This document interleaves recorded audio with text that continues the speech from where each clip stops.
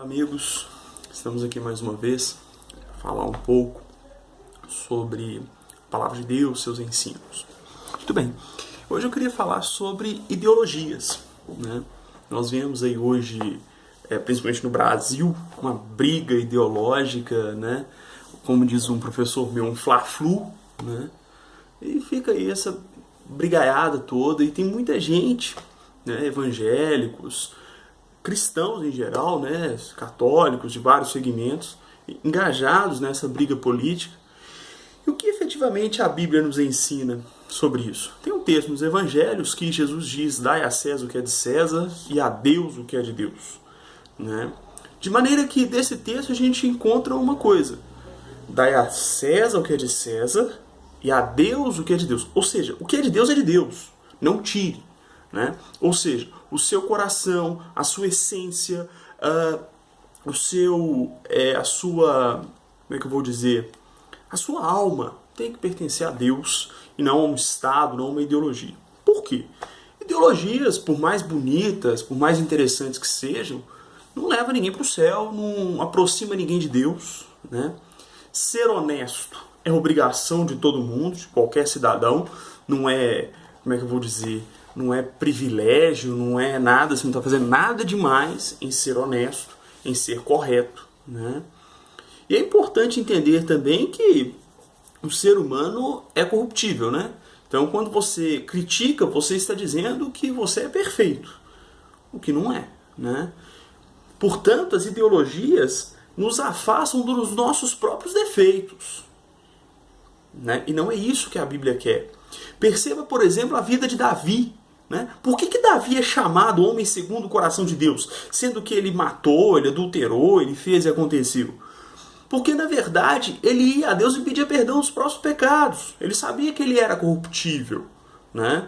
Então você que está aí gritando aos quatro ventos e tudo mais, né? Fora PT, fora Dilma, cuidado, né? Você está gritando isso, mas você está disposto a não parar em fila dupla mais? Você está disposto a devolver os 5 centavos de troco que a menina da padaria te deu errado?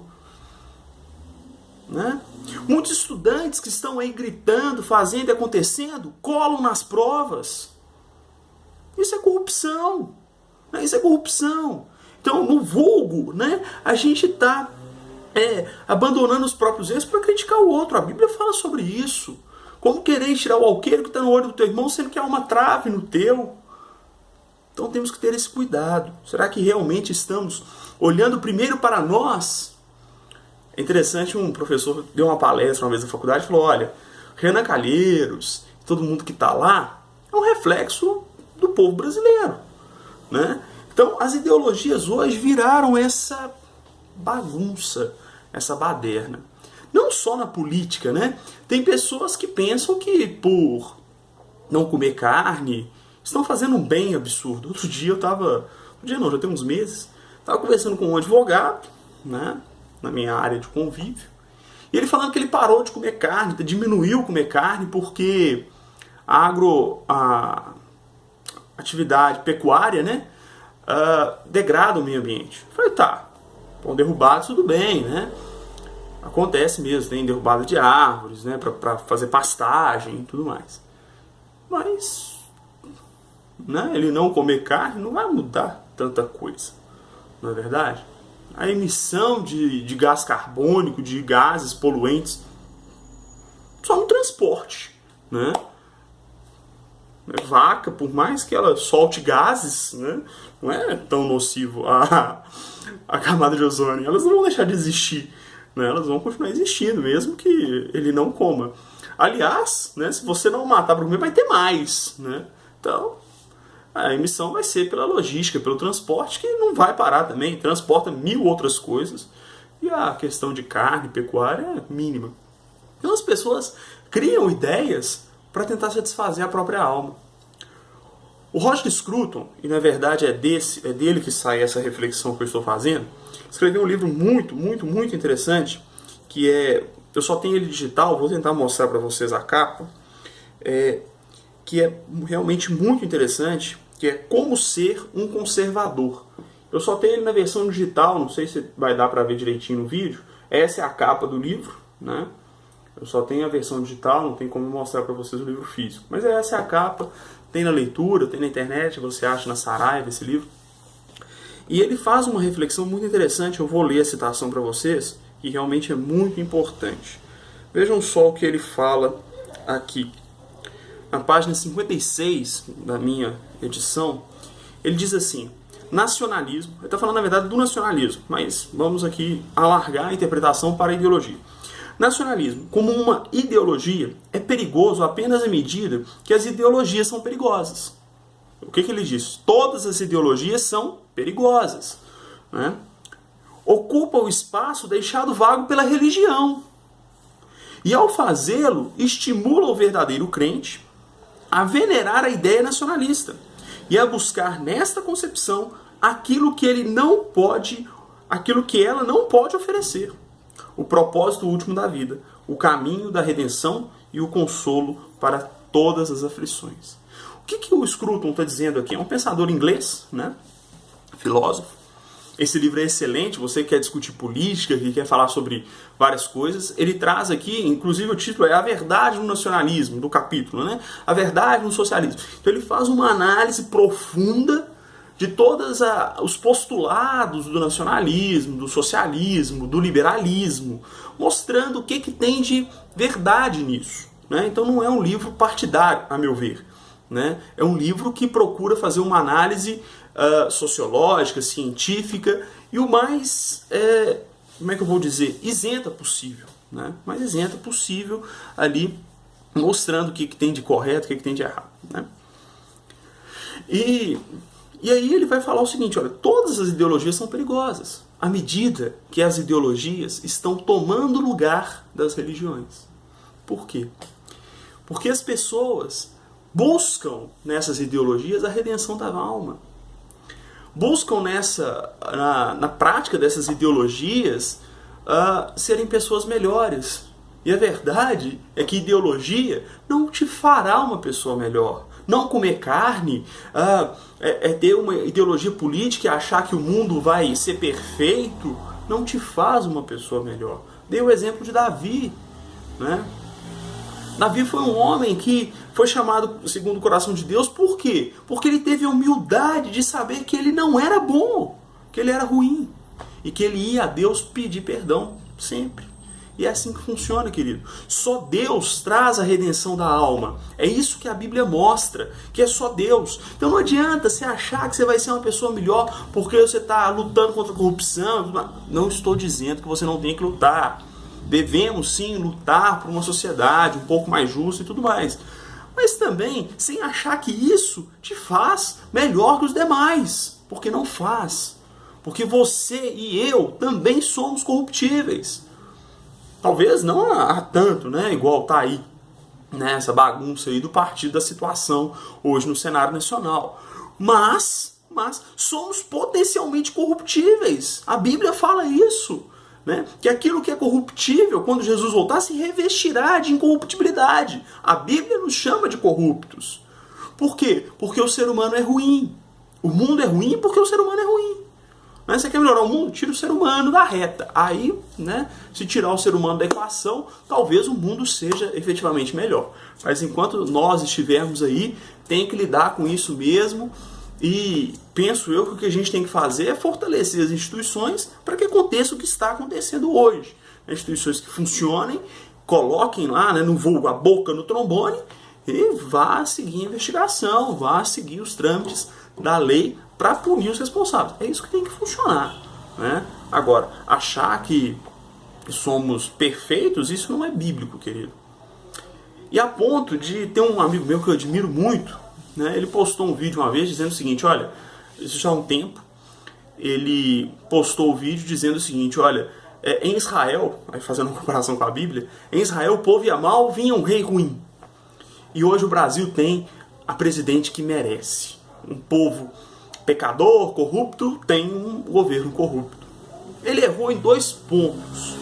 Primeiro, uma interpretação errada da Bíblia. Porque, via de regra, quando você lê o Antigo Testamento, era um rei ruim, um rei distante de Deus, que muitas vezes levava o povo ao pecado. É o contrário, né? Então não é o fato do povo estar mal que vem um rei mau, mas é um rei mau que leva o povo a se distanciar de Deus, muitas vezes. Não era apenas isso. Sacerdote influenciava, muita coisa, influência de povos, de outros povos em Israel influenciava isso. Enfim, era bem complexo. Então ele fez uma análise muito pobre da Bíblia. E um segundo ponto que ele errou foi dizer que o Brasil tem o rei que merece, né? A presidente que merece, o governo que merece. Ora, será que é só o Brasil que está envolvido em promiscuidade e tudo mais? Né? Claro, a corrupção no Brasil é muito mais elevada. Mas você vai na Europa, por exemplo, a Holanda, Amsterdã, que é a capital da Holanda, lá você pode usar droga, é legalizada, a maconha, né? Lá você pode fazer sexo em praça pública, é legalizado. Ou seja, é a capital mundial da promiscuidade e tem um IDH excelente. Tem um governo bom. Então, será que isso procede? Óbvio que não. Por quê? Porque Deus não está na política, gente. Né? Essa história de que Deus não está na política. Há sinais no mundo que são proféticos, inúmeros. A promiscuidade aumentando, o amor esfriando, terremotos, maremotos, desastres, doenças. Né? Isso tudo é profético, isso tudo está na Bíblia. E estamos vendo aí, né? Já até falaram, e me parece bem plausível, que a Bíblia diz, ai das que estão grávidas. Né? Estamos vendo aí a microcefalia, né? Primeiro vinculado ao Zika vírus, agora já não vinculado ao Zika vírus. Alguns estão aventando que a microcefalia não tinha nada a ver com o Zika vírus. Mas enfim, não vem ao caso aqui da nossa análise. Mas a questão é, até as pessoas que se dizem cristãs, que se dizem compromissadas com a Bíblia, estão perdidas. E é isso que não dá, querido. Que você esteja perdido num momento desse. Portanto, entenda. Como cidadão, você deve sim trabalhar, você deve se engajar, mas não se esqueça que nada que você fizer na sociedade muda a sua relação com Deus. A sua relação com Deus tem que estar pautada na Bíblia e em uma vida de humildade e devoção a Deus. Que diante de Deus você vai dizer, eu não sou nada. Por mais que você seja intelectual, tenha cargos na sociedade, você precisa de uma posição de humildade diante de Deus, sabendo que você também é um potencial pecador.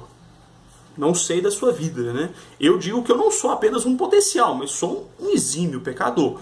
E todos os dias preciso do perdão do Deus que eu professo crer. E sem demagogia nenhuma eu te digo isso.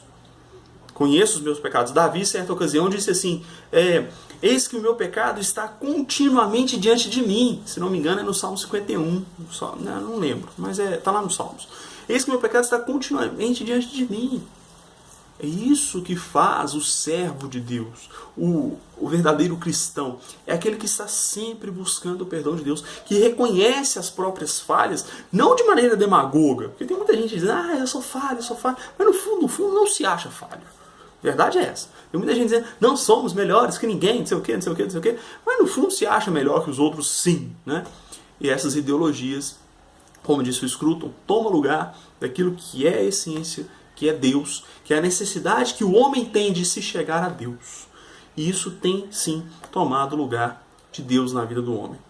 Vamos repetir aqui, olha. As ideologias são perigosas. Ocupam o espaço deixado vago pela religião. E ao fazê-lo, estimula o verdadeiro crente a venerar a ideia nacionalista e a busca nesta concepção e buscar nesta concepção aquilo que ela não pode oferecer. Ou seja, as pessoas buscam nas ideologias, aqui ele está falando da ideologia nacionalista, algo que a ideologia não oferece, que é a redenção da alma, que é o perdão, que é a elevação do caráter. A ideologia não te oferece isso. Por fim, querido, eu quero deixar aqui os textos bíblicos que embasam isso. Se abrir aqui, né? Salmo 42, versículo 2, Davi diz assim: a minha alma tem sede de Deus, do Deus vivo. Quando entrarei e verei a face de Deus. A alma do homem tem sede de Deus. De Deus. E só Ele vai preencher esse vazio. Como disse o Scruton, o vazio deixado pela religião.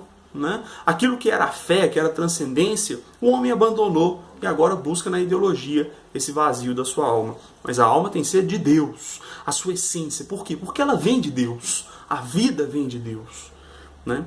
1 Tessalonicenses capítulo 5, versículo 19 até o versículo 22, Paulo diz assim: não extingais o Espírito, ou seja, não abandona o Espírito Santo, não abandone o que vem de Deus, porque é o Espírito Santo que traz as coisas de Deus. Não desprezeis as profecias, eu até citei algumas aqui, não despreze aquilo que vem de Deus, aquilo que Ele falou, né?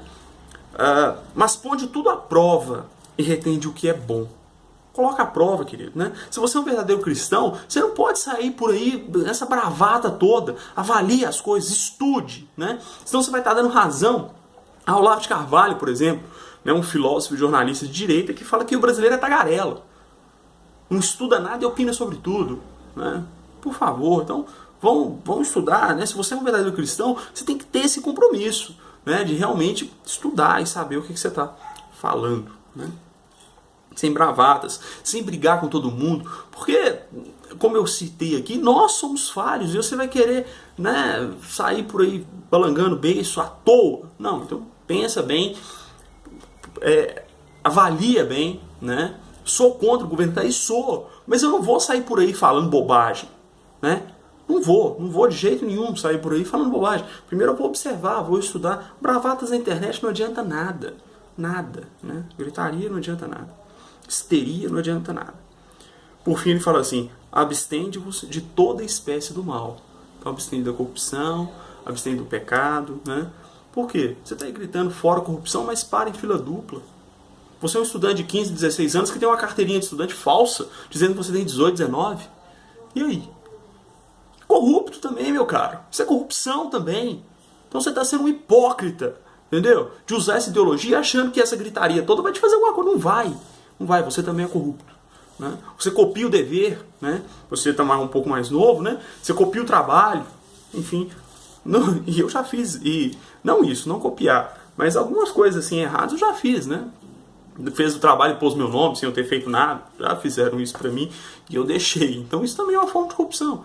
Então não adianta a gente falar do outro, sendo que nós também já fizemos coisas erradas e fazemos coisas erradas, né? Então querer execrar as pessoas não é muito legal não, tá? E é interessante, Paulo também fala para Timóteo, no capítulo 6, no versículo 20 da primeira carta, que ele escreve para Timóteo, ele diz assim, 20 e 21, lerei os dois juntos. Ó Timóteo, guarda o depósito que te foi confiado, evitando as conversas vãs e profanas, e as oposições da falsamente chamada ciência, a qual, professando alguns, se desviaram da fé. A graça seja convosco. Bom, aqui eu queria fazer um comentário rápido. E o seguinte: não dê ouvidos às vãs conversas profanas e à falsamente chamada ciência. O que é a falsamente chamada ciência?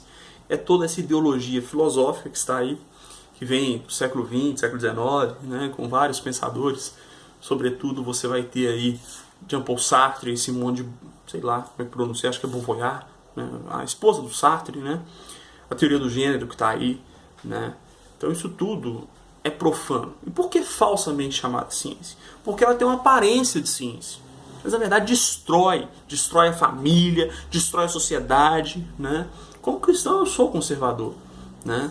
É necessário sermos, porque o que é o conservadorismo? Né? Leia o livro do Scruton que você vai entender isso. O conservadorismo é a pessoa que quer conservar aquilo que foi construído ao longo dos anos. Conceito de família, né? De moralidade. É claro, eu não estou aqui incentivando você a fazer nada contra pessoas que pensam diferente. Não é isso. Né? Democracia, pluralidade é exatamente isso, é respeito. Mas você respeita e tem que ser respeitado também.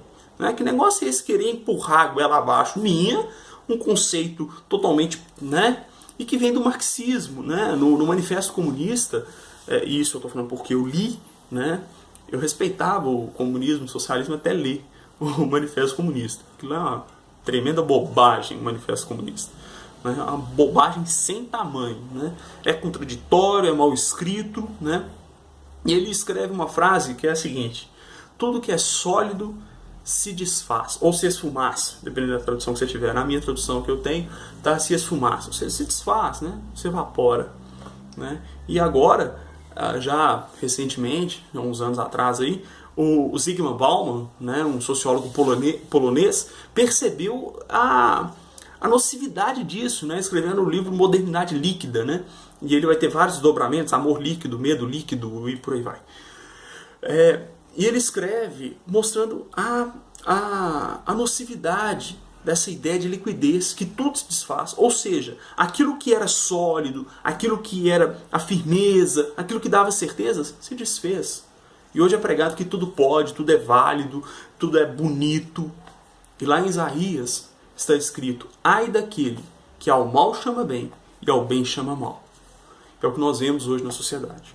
Pessoas que acham bonito irem contra a família, pessoas que acham bonito irem contra autoridades, e não é isso que a Bíblia ensina. Por fim, meu caro, cuidado com as ideologias.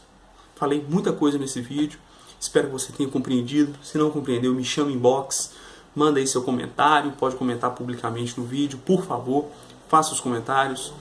Mas a mensagem que eu quero deixar é o seguinte: se você é um cristão, se você quer seguir a palavra de Deus, primeiro conheça. Não saia por aí falando bobagens, né? E cuidado, querido. Tenha consciência também das suas falhas, né? Não julgueis para que não sejais julgados. Está em Mateus capítulo 7, versículo 1. Pois com a mesma medida que julgados, sereis julgados. Cuidado com julgamentos. Cuidado com essas coisas. É claro, nós precisamos repudiar tudo. Corrupção, lavagem, tudo de errado, todas as imoralidades. Até porque acabei de falar sobre conservadorismo e que, né, você tem que repudiar isso. Mas também você não pode querer a execração pública, essas coisas, essas bravatas que estão por aí, né? Então, que Deus o abençoe. Que esse vídeo sirva para você refletir um pouco sobre as ideologias, se realmente você está no caminho certo, se realmente você está falando coisas certas. Olha a Bíblia, né? Volto a dizer, põe tudo à prova, retém o que é bom, observa tudo, analisa, pensa primeiro, depois fale, né? Em Provérbios, eu não vou me lembrar agora onde está, mas me veio à mente, eu preciso te falar. Diz: na multidão de palavras não falta tropeço, né? Ou seja, quem fala demais, quem, né, fala sem pensar, vai tropeçar, vai ser pego no contrapé. Basta você ver os políticos aí da oposição que saíram falando, fazendo, acontecendo, já estão sendo delatados aí. Aécio Neves e tantos outros aí estão sendo citados nas investigações, são pegos em argumentos contrários, em contradições e por aí vai, né? Então não seja assim, querido, seja responsável, pense no que você está falando, não haja por paixão, por ideologia, porque isso não te leva a nada, tá? Seja realmente um cristão que lê a palavra, que medita nela e que fala com responsabilidade. Que Deus o abençoe. Se você gostou do vídeo, comenta, compartilha, divulgue e vamos aí conversar para crescermos como cristãos, como servos de Deus e como cidadãos. Que Deus o abençoe. Até a próxima.